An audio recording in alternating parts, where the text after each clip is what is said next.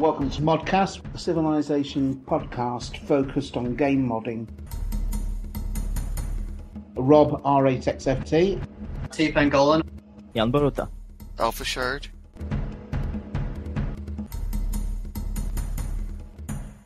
Welcome then to ModCast 63 with me, Rob, R8XFT.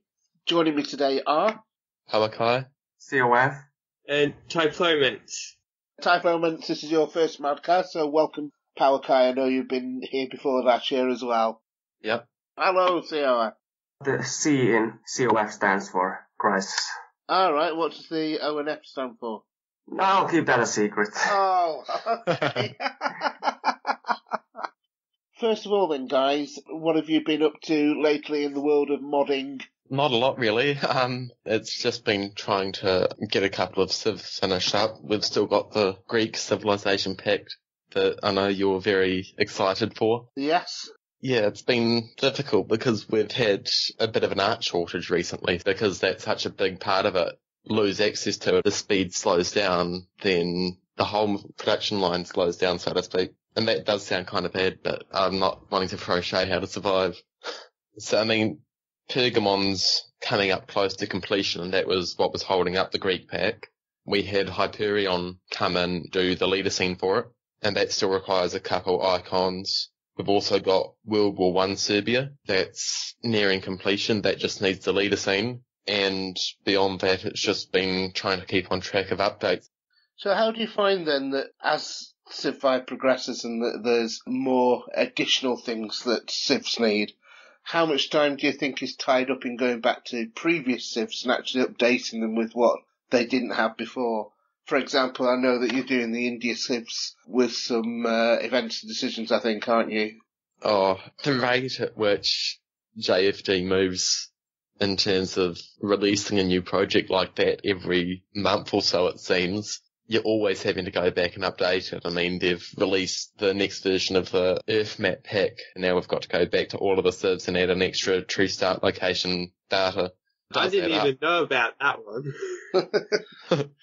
I mean, it doesn't really affect me that much considering what I do, but I really didn't know about that being updated, so...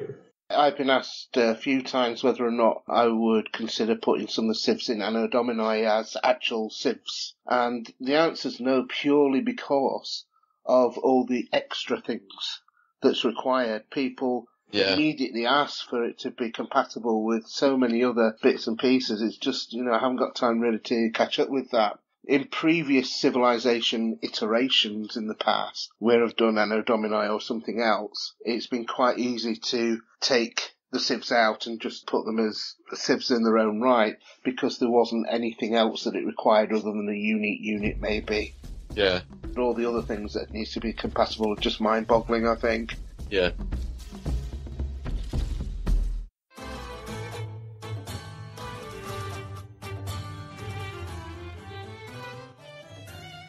Typhoment, do you find that you need to do many of the extras with the civilizations that you create? Well, for context, for those people listening that don't know what I do, I've mainly done fictional civs, and so things like true start locations don't matter so much because many of these civs don't actually exist on Earth. Like, the only one I have out now that does have a true start location that I could put on Earth was my first one, which was Warrington on Sea from Dad's Army, which you know about, Rob. Yes, I do, yeah. But strictly speaking, I probably wouldn't have to be compatible with some of these mods, like ethnic units. I don't strictly have to be compatible with that because some of these civilizations don't really map to anything in the real world, but I still like to be compatible with things like that because that's sort of like the standard now, as you say, Rob, that people expect compatibility with these things, and I like to keep my civs up to that standard as well. I guess with the fictional civs, there's plenty of room for events, at least, or decisions, because so there'll be things that have happened within the literature or within the stories. Maybe a particular episode from Dad's Army might bring up an event that people know that maybe could be modded into those civs. Do you find that you have that sort of material? But I probably do, yes. The main reason I haven't included support for advanced decisions yet is I haven't looked how to do it, that's all. That's okay. No. It's an art form in itself, really. I don't know if you mod like I do, but it's been for me mainly a trial and error thing, and just have a look on the forum, see how people have done things, but a lot of it is trial and error, I think. Also, I want to make sure that this applies to stuff like the unique ability, unique unit and all that. I want to make sure that it's interesting as well. I don't want to put something there for the sake of having it. I agree totally with that, and that is important. So what got you into modding then with these civs? Well, really, I'm used to tinkering with the games I play, like, not really releasing stuff, but just modding them for my own personal enjoyment. For Civ 5 in particular, I've been using the work of some civs from like Vice Versa, like Bounty Bisha and other fictional modders, and that sort of inspired me to try my own hand at making my own civs of characters that I'd like to see in the game. And also because I noticed that Civ 5 seemed to be not too difficult to mod, at least to start with. How do you choose which civilizations that you would actually then mod? Any particular method, or is it just anything that basically catches your fancy? It's sort of like that. Like, sometimes there are a few characters that I've always wanted to see in the game. The main reason I picked up the civs from the Super Mario Bros. Series is one of my favourite characters, Rosalina, is from that series. And so I eventually wanted to make a civ for her, but I thought it would be kind of weird. Well, she's one of the more major characters now, but at the time I considered it, there was only like a civilization for Princess Peach that existed already, and there are other main characters that were sort of more important than Rosalina that I thought should get civs before her. So like, that's why Bowser of the Koopa Princess.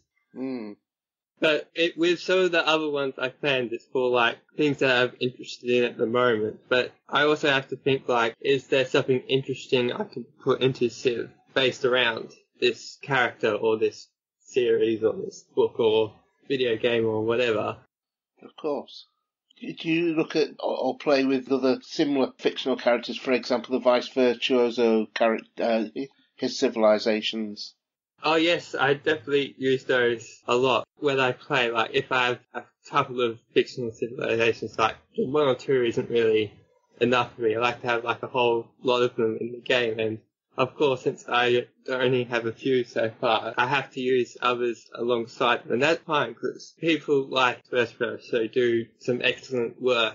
That's why they were inspiration to me. Just seeing how well done these other fictional civs are, it makes me want to try and make something that I could be happy with too.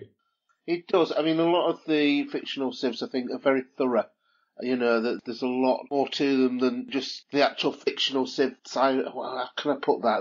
Yeah, I think I understand what you mean, like, just trying to get it out based on who's in it alone. Like, I just threw together this unique ability, but, oh hey, it's this cool fictional character, you should play it. Like, I don't agree with that. I think it should be interesting gameplay-wise in its own right as well. Was that the point you were getting at there? It was, yeah, that was absolutely it, because you know, when I look at some of the outlines of the civs and what the different elements do, it's actually quite something quite unique, something different, rather than just being a Warmington-on-Sea civilization for the sake of having Dad's army in there. And likewise with Vice Virtuoso stuff. When you start looking at what the actual civs do and look behind the fiction and say, actually, do you know what, that's a really good a well synergized, put together civilization. That's what I mean, absolutely. Yes, and also another thing is I usually make civs of stuff that I like, so I want to give them a good representation. Of course. And I think as well, when you do that, or when you are making civs of something that you actually like, there's more motivation within you, isn't there, to actually make it a really good civilization. So it's something you like in the first place. Oh yes, certainly, because you want to share what you like with other people so you can sell it. Absolutely.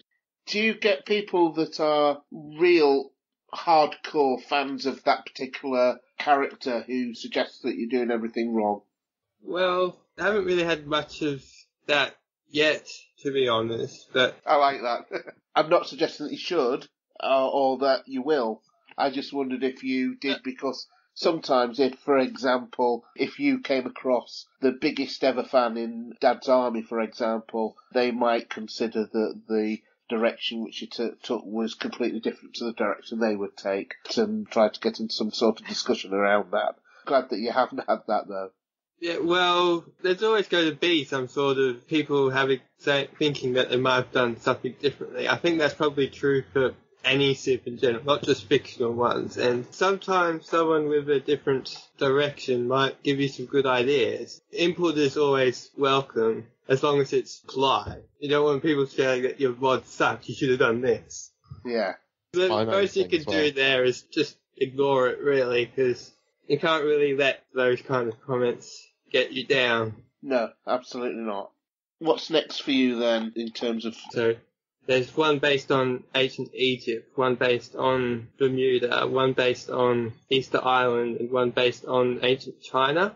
Those places vary a lot because they have different enemies and all that. Like in the Easter Island kingdom, you face enemies based on the Moai statues. My idea for Princess Daisy's civilization was that bring that Four Kingdoms aspect into it, and each city you build belongs to a different kingdom depending on what lands around it. Sort of like Colonialist Legacy's pre-civilization, but instead of just having a new promotion depending on where it is, you get a different unique unit and unique building. Emphasizes how different each of these kingdoms are, even though they're in the same civilization as a whole. Sounds good. Also, if they're based on those different civilizations, it does seem quite a diverse infrastructure for each of them, doesn't it? I can't think of more different than Bermuda and China, for example. Yes, that's one of the things I wanted to emphasize here. It's one civilization, but very diverse. The other thing I have in the pipeline right now is civilization based on the K-On! Anime series. I don't know if you're familiar with that, probably not, but... Personally, I'm not, no.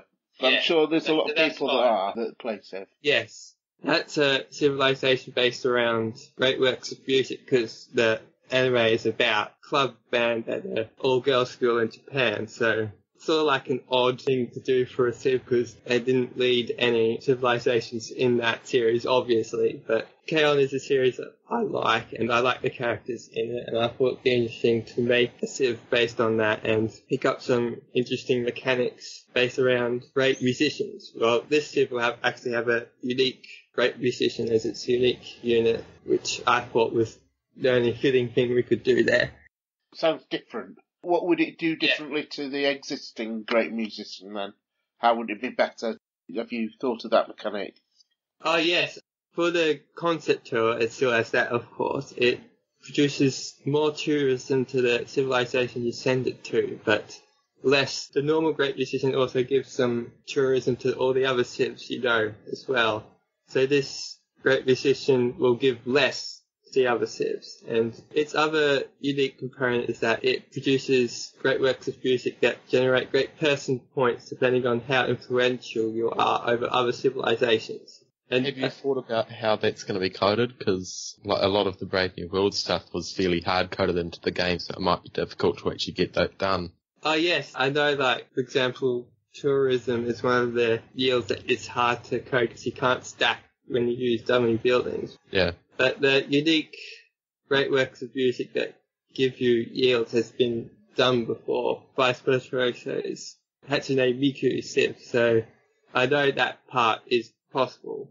Oh yeah. That's something that I do like about the fictional civs, like Rob was saying earlier about how they often have mechanics that get overlooked in the more historical civs because you don't have that limitation of having to try and fit to a historical base of the civ. Like Nubia, for example, we had to stick to bows and a desert theme because that was what they were historically, whereas with something like the fictional civ, you don't have that limitation and you've got a lot more freedom to move. Yes, but at the same time, I don't want to give them something that's completely unrelated to them either. So there's more freedom, but you still have some bounds you have to work within. And I guess as well, instead of having to wait around for somebody to do a lead ahead, if it's a fictional civilization, chances are there's some screen already there or something you can use for a screen. Yeah. Yeah, well, that really depends on a case-by-case basis. Sometimes it might not have a high-resolution screen that would work for a leader screen, for example, like when you're in diplomacy, because if the only high-res features you get are like an action scene, that doesn't really work when it's supposed to be just a meeting between leaders, for example.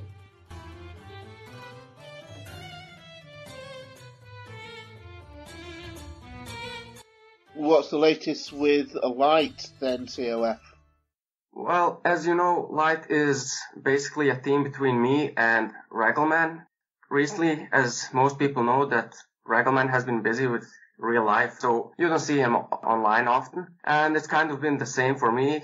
For the most part, the only civ I can give much information about are the Ainu, the native people of northern Japan. Civilization is actually progressing fairly well. We have a somewhat working build, which sadly is filled with bugs, but that will get sorted out eventually. That's always the way.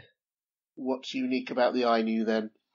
Well, they were kind of similar to other people who lived in the north. Mostly did fishing and hunting. And so they have a bit of a focus towards animals. Their unique building gives them, for example, +1 faith on every animal resource that they are working. So that includes fish, whales, crabs, deer, and basically cows, sheep, and all that. Their unique unit is actually probably the uniquest part of the whole civ. Their name literally means winter hunter. So if you put them on an unimproved animal resource, they will provide 1 food and 1 culture to the nearest city. So you don't even have to work the tile, and you should be able to get those yields.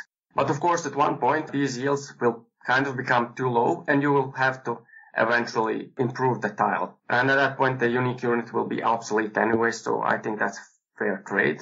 As far as the unique ability, that one is actually also really unique in the sense that some people criticized it as in rewarding you for killing your own units, but the way it works is if you lose a unit in combat, your nearest city will get yields for that unit. For example, if you lose an archer, your nearest city will get food. The problem with that is if the yield is too great, you will just make suicidal units and to just kill them off. And thankfully, the yields are not that big, so in the end, it just lowers the punishment you get for losing your units, if that makes any sense. Yeah, For example, it does. It makes perfect sense to me. And another regard is that every unit provides a different... Alright, okay. And would that be like consistent along different lines? So like if the archer, crossbowman would all give food. Yeah, it whereas works like that. I think the way it was coded was like archer units, so like all ranged units, what's the name for scouts and such? I think they have a specific name if I remember correctly. Basically, that's the way they are coded. So I think even if you have Enlightenment Era and such installed, explorers and other units will also work. Cool. Oh, yeah. Did a few leader screens. For example, Urnot Scott is making his own Granada civ, and actually did a leader screen for that, which I'm actually surprised over how well it turned out. But that's the thing, though, with art. You always criticise your own work. You always think it's not as good as the next thing. Always your Well, worst critic. Thanks, but I think I still have a long way to improve to a point where I can be satisfied with what I do. Secretat will say, I could do better the next time, and he is sensational. So, doing alright. I also did the Modern Japan that I'm doing collaboration with Our World. That's also a really good one that's upcoming. I did one for Virgil. Is that how that's pronounced? I have really no idea how your people's names are pronounced. And he was planning to do a Strathclyde. Once again, pronunciation is probably way off. I'm using that in Anno Domini. I really like that leaderhead. And I offered that one for the Celtic split, since more civs took that one from Hiram, or inherited, however you want to say it. I think inherited is slightly more diplomatic. Okay, yeah. And basically whenever they decide what they're doing with that civ, I hope they can use that leader screen, or not. It's up to them. At least it's in a mod. It's in Anno Domini, and very well received it was as well. And I was delighted that you allowed me to use it. So thank you. Well, definitely no issue. Better than just leaving it on my PC doing nothing. I mean, I'm really glad you're using it. A lot of people seem to use Anno Domini. Yes, thank you.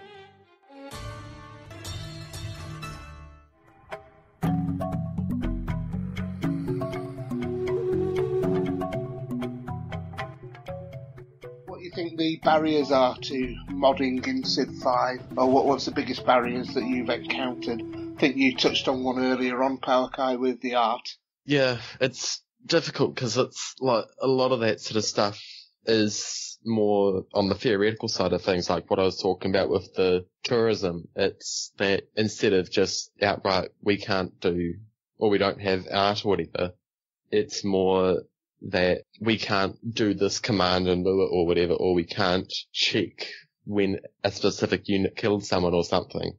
And so on the surface, that doesn't seem like it would be an issue, but it actually means that you can't do this effect, or this effect. And you have to try and think about different ways to go about doing the same thing. And that creates a lot of limitations in my experience, where you've got something that you want to do, but you can't actually do it because the code within the Lua isn't there. Yes. Oh yes, that's definitely a problem I've encountered. If I can give an example here, like one of my Civ ideas I've been doing, I wanted something to happen when you gifted a certain unit to another civilization, and there's no real way you can hook that, so you have to sort of try and find another way of achieving that effect.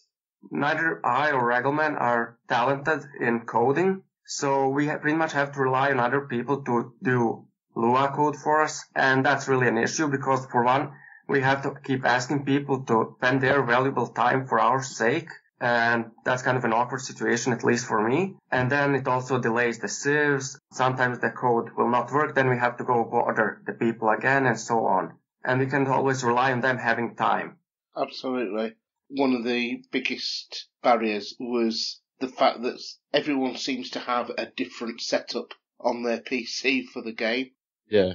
Compatibility for a new mod, such as my own, the one I did, is very, very difficult because there's quite a few people that come up with bugs that they see appearing that you can't see appearing on your version. It's because they might have EUI loaded, or they might have something else they run alongside it, or they might not have a particular DLC. Yeah. That in itself makes it a bit trickier. So, I'm hoping that if they do another version of Civ, they do some mechanic which basically says, right, this will work to the best of this PC's setup's capabilities, for example. Yeah.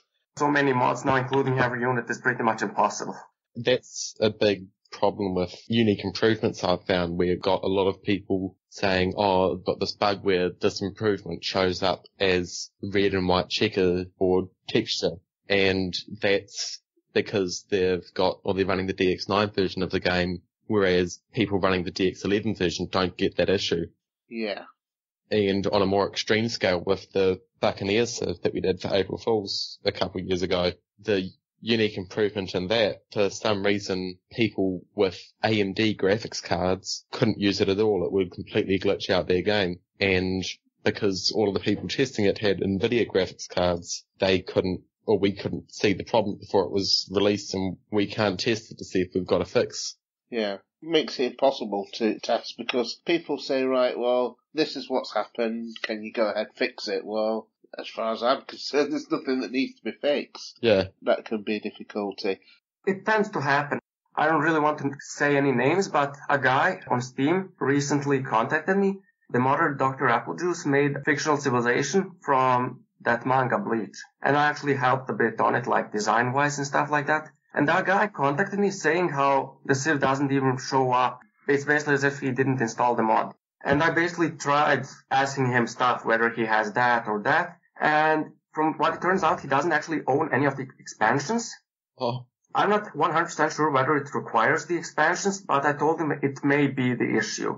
So yeah, most mods nowadays require at least one of the training. expansions, because that was one of the issues with culture changing over with Gods and Kings. With my mods and the Wonders, is that they changed how culture worked, and so all of them had to be updated, which meant if you didn't have expansions, none of them worked anymore.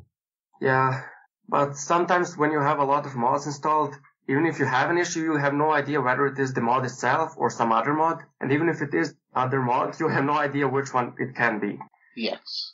I find that when the mods are put up on Steam, that you get some really awful comments that suggest that the mod just doesn't work, it's full of bugs, etc. It's actually the fact that they haven't got everything set up correctly situation, and people can be quite rude sometimes. Yeah. The other thing I was suggesting as well within that is that For example, let's say if Firaxis did Civ 5 again, one thing I would ask them to do is my Anno Domini mod. Babylon's quite clearly in there. Now, there was a Babylon DLC, which some people have, some people don't. I think most people have got it, but let's just use this as an example. I would like them to say, right, well, the mod goes out with Babylon included, and the PC checks whether or not you have that DLC. If you have, then Babylon's included in the game. If you haven't, then you can still play the mod, but it's just that Babylon isn't included. And I'd like them to have done something of that nature, and I hope that if they do another version of Civ, that they consider that. Yeah. I think one important barrier that still exists is getting the AI to understand your unique abilities, because the AI is actually pretty hard-coded in what it does. So if you have a unique unit that has some really special ability, that it might be hard to get the AI to actually make use of that. It might be easy for a player to do it, but to get the AI to do it in some constant way may well be impossible, depending on what the actual ability is. Yeah, I agree with that. I think that the AI quite often doesn't do things that you would expect it to do without mods. You know? Yes. I mean, there's a classic example of it embarking all of its units when it's trying to fight you and making them easy targets. One that I notice quite a bit is the Great General not creating a citadel and just moving around, where creating a citadel might get another luxury or two or get some land that it really could use. There's only so much you can try and do without modifying the DLL, and that's not really feasible if you want it to be compatible with something like various mod components or the community patch. And that source code, even though it's available, it might just be hard for someone who's not experienced in C++ coding to modify it in a way that works nicely. Last ModCast we had the god who is W. Howard 69. To him it's second nature to do all those things, but I couldn't imagine even where to start modding the DLL, I've got to admit. I've read some stuff on post from him too that even he finds the AI code to be a quagmire, basically. One barrier I have encountered, as you know, I pretty much just do art, like code is definitely not something I can do well. And the Civ 5 art style is actually really hard to replicate, in my opinion. I pretty much started doing this ever since, I don't know, when I picked up Civ modding, just check up whenever I joined the forum. Yeah, even though I've improved a lot over the time, it's just making a leader screen, for example, that when you look at it, you feel comfortable, like, yeah, I could see this being in the game. Kind of like Jan Boruta makes them. That is actually really hard to do. Even with stuff like icons and others, it's still really difficult. Take, for example, Beyond Earth. The icons in Beyond Earth are actually really easy to replicate, and even if you make any of them, just put some gradient filter on them with the right colors and they will work perfectly in the game. But in Civ 5, you can put on as many filters, everything you want. Unless you can draw the icons yourself, they will stand out. Recorded for episode 60 with Rob R8XFT, Jan Baruta, Alpha Shard, Lee S, and Vice Virtuoso. I will surely get Civ 6 on launch, no matter what, because I don't care if I lose the money. I know I will have the value returned when I play over 10 hours or something like that.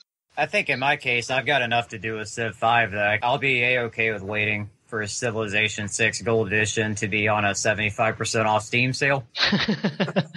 Well, that's why I never bothered with Civ 4 very much, because I'd still got things I wanted to do with Civ 3. And at the time, the Civ 4 community wasn't really up for an Anno Domini or any ancient mod. They'd already got what they wanted at the time. So, there's still more to do with Civ 3, and I stuck with that until Civ 5 came out. There's still people modding for Civ 2. So, hey. There's always going to be the thing that you'll notice that the creation and customization forums at Civ Fanatics will always be more populated by the previous version until that second expansion comes out. Mm-hmm, definitely. Then you see suddenly a kind of almost golden age about a year after that second expansion came out, where people have started to work out how they're going to actually mod the game. Artists such as Jan coming forward and starting to do some wonderful things. And that's the point where Civ really takes off, and I guess it gets its longevity from. I don't really like this whole pattern that they've been doing since, I guess, Part 4, where it's not good until 2 expansion packs. and they continued it with Civ 5 and Beyond Earth, it appears, so far. And why can't the game be good when it comes out, and then an expansion, expands the game and not makes the game better, I mean, there is a reason that Ed Beach actually gave for that, and it's a really good question that you make there, and that's that they haven't worked out how to do everything. I mean, Civ 2 had fantastic worlds. You didn't need that for vanilla, but it was a nice addition to have dinosaurs and magic, but, it wasn't a requirement to make the game good. Yeah. But the thing is, what they could do is rush out with all different systems and have it all untested. And this is why they waited for things like trade and religion. When Gods and Kings came out, they said, right, well, we waited till now to see how the game's being played, what feedback we've got, and then we can put another layer on top. So we're almost training the people that bought Civ 5 on how to play it, and then we're going to throw this extra layer on top, because it's almost too much for people to take everything all in one go, and it's also too much for us to program everything all in one go. So what we're going to give you is a good game that can only get better with more expansions. And I guess as well, we're not blind to the fact there's also a financial bonus to them to actually do that and capitalising on that, and why not? Because people will still buy it. There were people that felt that Civ 5 vanilla, and I think even vanilla Civ 4 was kind of bad, or at least that there were some very glaring issues with it. Because I remember Civ 5 vanilla, it didn't look very good graphically, and that the UI didn't look very good. It looked very plain, very basic, until the expansions, and they made it nicer and better. But some things are just unavoidable. I guess it's a good point about the religion and the espionage. They felt like it wasn't ready to release, and they wanted to work on that more.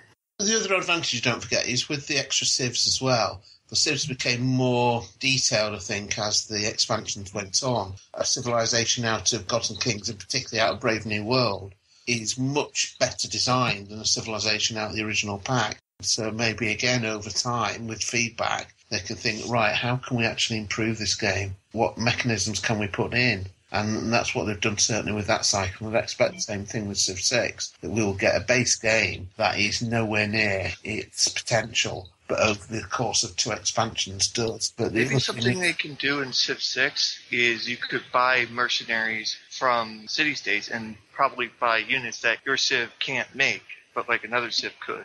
Well, don't forget as well that the guys at Firaxis do play our mods, and they get some ideas from them. So they see what the modding community does and thinks, that would be a very good idea. We might bring that in. So I wouldn't be surprised if something like events and decisions or some similar mechanism did come into Civ 6. That does need to be greater detail. I agree on that. The events and decisions, the quests that are in Civ 5 now are nice to do with the city-states. But I kind of liked Civ 4 stuff where you had to build a certain amount of things or settle a city in a certain place. I think what they might do with city-states is make them a bit more varied. I know we've got Mercantile, I know we've got the military ones, but apart from giving a unit and a couple of other things, it doesn't do very much differently. But imagine if we had a city-state where the city-state might be Sparta, for example, and that would be a threat and might want to take over a civilization, then become one. On the note of Firaxis devs playing mods, did they add anything from Civ 4 mods to Civ 5 in the beginning?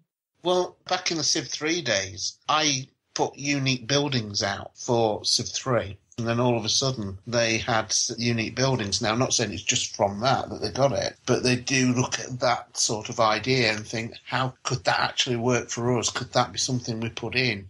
When Civ 4 came out, they didn't have unique buildings originally. It was only an expansion pack that brought that in, and it was more or less the same time that I brought that out. And there's other modders that have done other things as well, where, pretty much roughly the time they do it, the next expansion pack or the next game and all the other little extras that you get, and I wouldn't be surprised if some of those didn't come into Civ 6.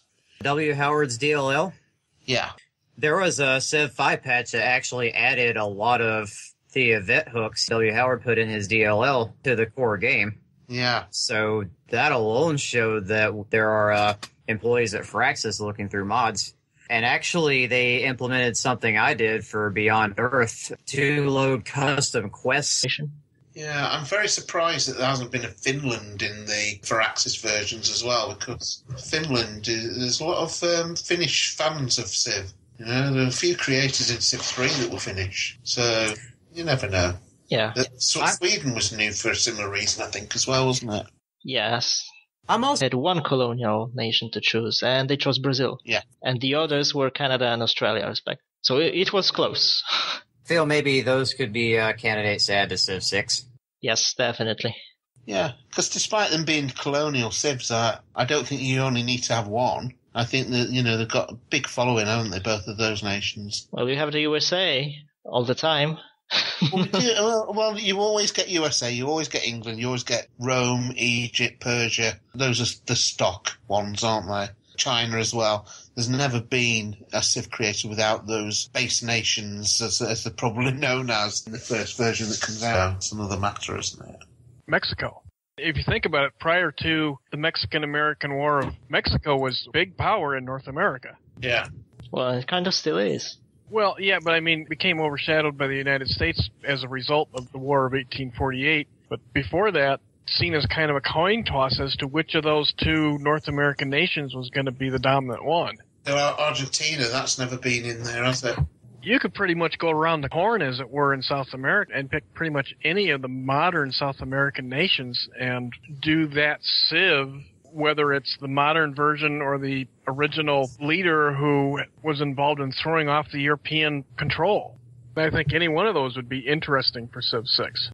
Yeah, and they were in colonization. So they have been in Civ series, let's say, in one form or another, but we definitely could have them in a base game.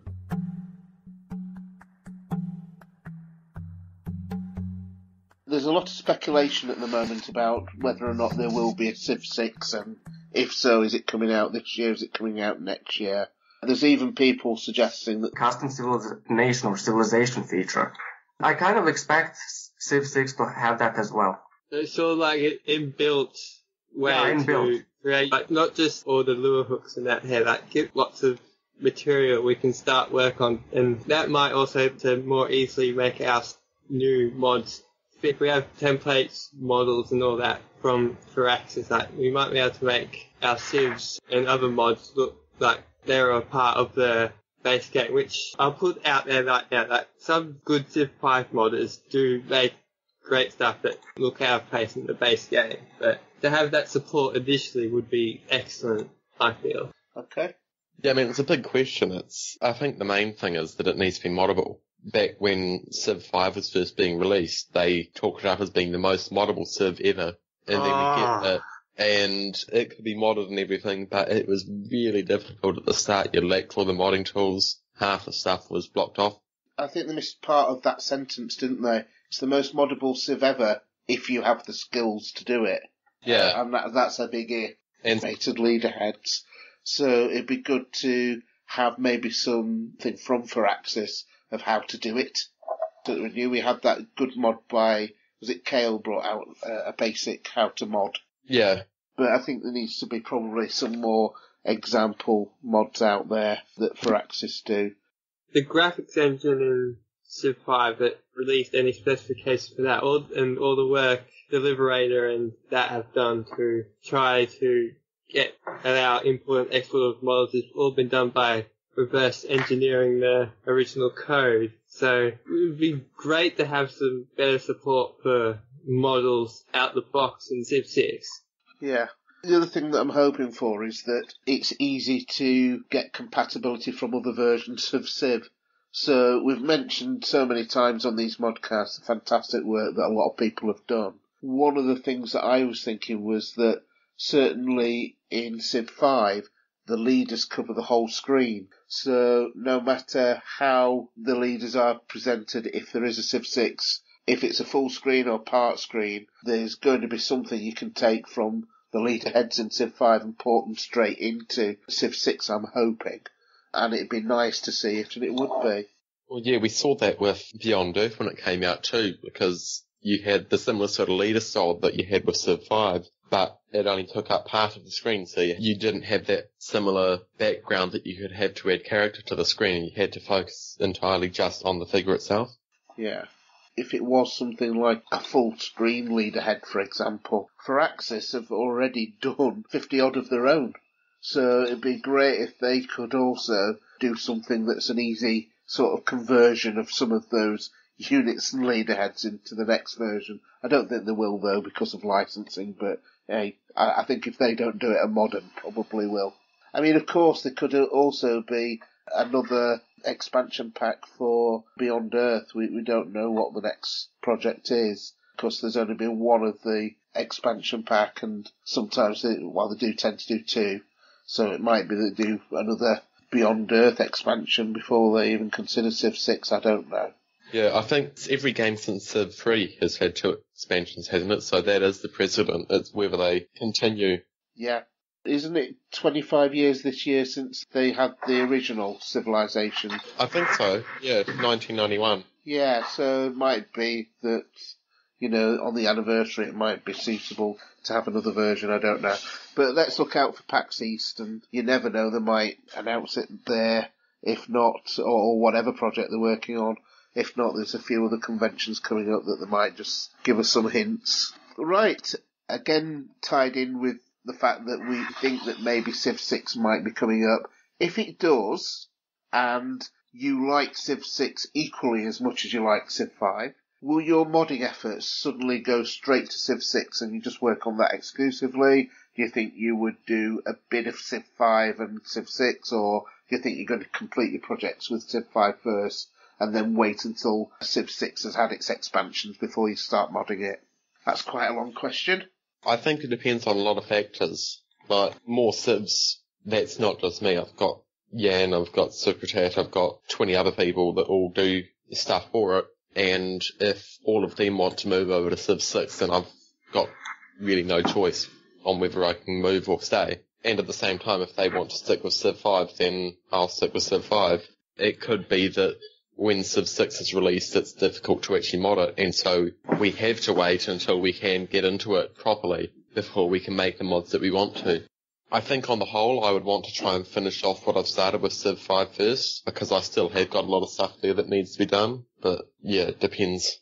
I'm with Hokai, basically. Like, it depends on what 6 is like when it comes out. If it's got good mod support, easy to mod, then maybe I'll try dabbling in some Civ 6 mods. But unlike Hokai, though, I generally do all my stuff by myself. So I'm not slave to whether my artist or someone wants to move to Civ 6, then I have to go with them. Like, I can potentially stay in Civ 5 if I want to. And there's still plenty of stuff I want to do for Civ 5. It's still a fun game to play and quite enjoyable to play too. I do enjoy the modding experiment. Most of the time, anyway. There's some things that you get annoyed with, but... Yeah. Do you think that in terms of civilizations, for example, would you think, oh, well, such and such a civilization that I've done really worked well, it was really popular, so that must be my first project for Civ 6? Or would you say, well, let me just try something new first? Well, I guess that also depends on abilities and units that are handled in Civ 6, like a Civ redesign. Yeah. And I think it'd be good maybe to get a Civ 2 out there before JFD catches up with lots of additions that you've got to make your Civ compatible with. So it might be that. I guess we can use Beyond Earth as an example on how it shouldn't happen. Basically, Firaxis had this trend with Civilization 5 and Beyond Earth, where the vanilla game was really bare bones at best. And then they had to use expansions to make it enjoyable. If Civ 6 turns out that way, well, we see what happened to Beyond Earth. People made a few mods, and then the expansion hit, and basically half of those mods were unplayable, and people were just so sick and tired of Beyond Earth, most of these mods were not updated to work. And I think with Civ 6, Firaxis needs to pay a lot of attention to make the game originally enjoyable, even without mods, to motivate modders to make it even better. I think that could be a potential issue too. Like, probably know that Civ 6 is going to have its expansion, so if I make mods for the base game, they might be made not work when the next expansion comes out, and then you have to go back and fix them up and then re-release them. So there's that fact of, do you want to start modding at the start when you know there's going to be expansions that may or may not break your mod, or wait until all the expansions to come out and then take advantage of all the features and the fact that they're probably not going to be broken by another update? See, I did that with Anno Domini. I did put out a version for the original Civ, etc. Found that if I'd have, in retrospect, waited till Brave New World and got something out then, I still would have had all these things that came out afterwards that I needed to add to it. I think they always have to leave some room for other things they can do there within the expansion packs. For example, with 5, as you know, religion wasn't in the vanilla game. I would expect, not to be necessarily bare bones, but I would expect it would have missing features that would come in later. But I don't think it would be the same as the extent of Beyond Earth, though. There is room for expansion beyond all that stuff, though. Like, quote from, I think it was Dennis Shirk doing an interview after Brave New World, and they were talking about the content in it, and he essentially said, and I'm going to be paraphrasing, but he said that they're doing 6,000 years of human history. There's enough stuff there to make expansion packs for years, and it's just a matter of deciding when they want to stop making the expansions rather than when they run out of material. So I think there is room to keep adding in content, and we've seen that with all the mods that have come in after Brave New World. Yeah, I guess so. Yeah, that's a fair point. So even if they did start with Brave New World as base Civ 5, there would still be room for a couple expansions worth of content. Yeah, there are quite a lot of things that could be added, quite right. People have also said, with a new Civ, you're starting from scratch, so why should I move from Civ 5, which has got everything I imagined at the moment, to something where I'm starting off again? So hopefully it will be a more interesting and diverting setup that captures our imagination in a completely different way when and if Civ 6 comes out.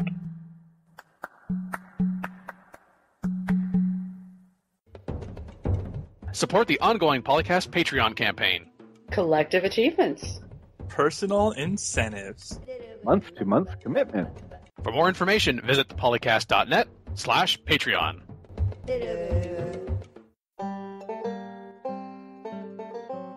Calling today. In North America, the number is 301-637-7659. In Europe, 44121-288-7659. The only thing worse than being talked about is not being talked about. For more information on ModCast, log on to the series' official website at thepolycast.net. Okay, shall we call it a wrap there then, or...? Yep, sounds good. Yeah, that's fine. Okay, thanks again. I really appreciate it, guys. It's a pleasure to be invited. No, you're more than welcome, and I'm sure you'll be on another one in the future. That's everything then for ModCast 63. Thank you for joining us today. Your hosts today have been myself, Rob, R8XFT, joined by... Palakai. COF. Hi, Clements. Thank you for listening. Awesome. See you all around. Yep. See ya. Bye. Yeah. Bye-bye.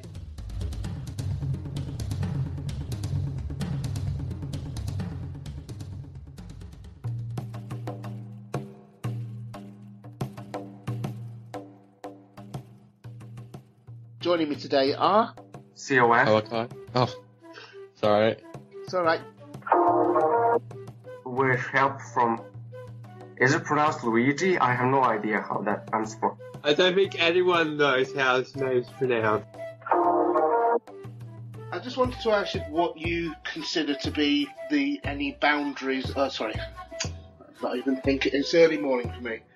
Let's start that question again. Record date, April the 8th, 2016. Civilization 4 and 5 sound clips, copyright Take-Two Interactive. Copyright Civilized Communication at civcom.net.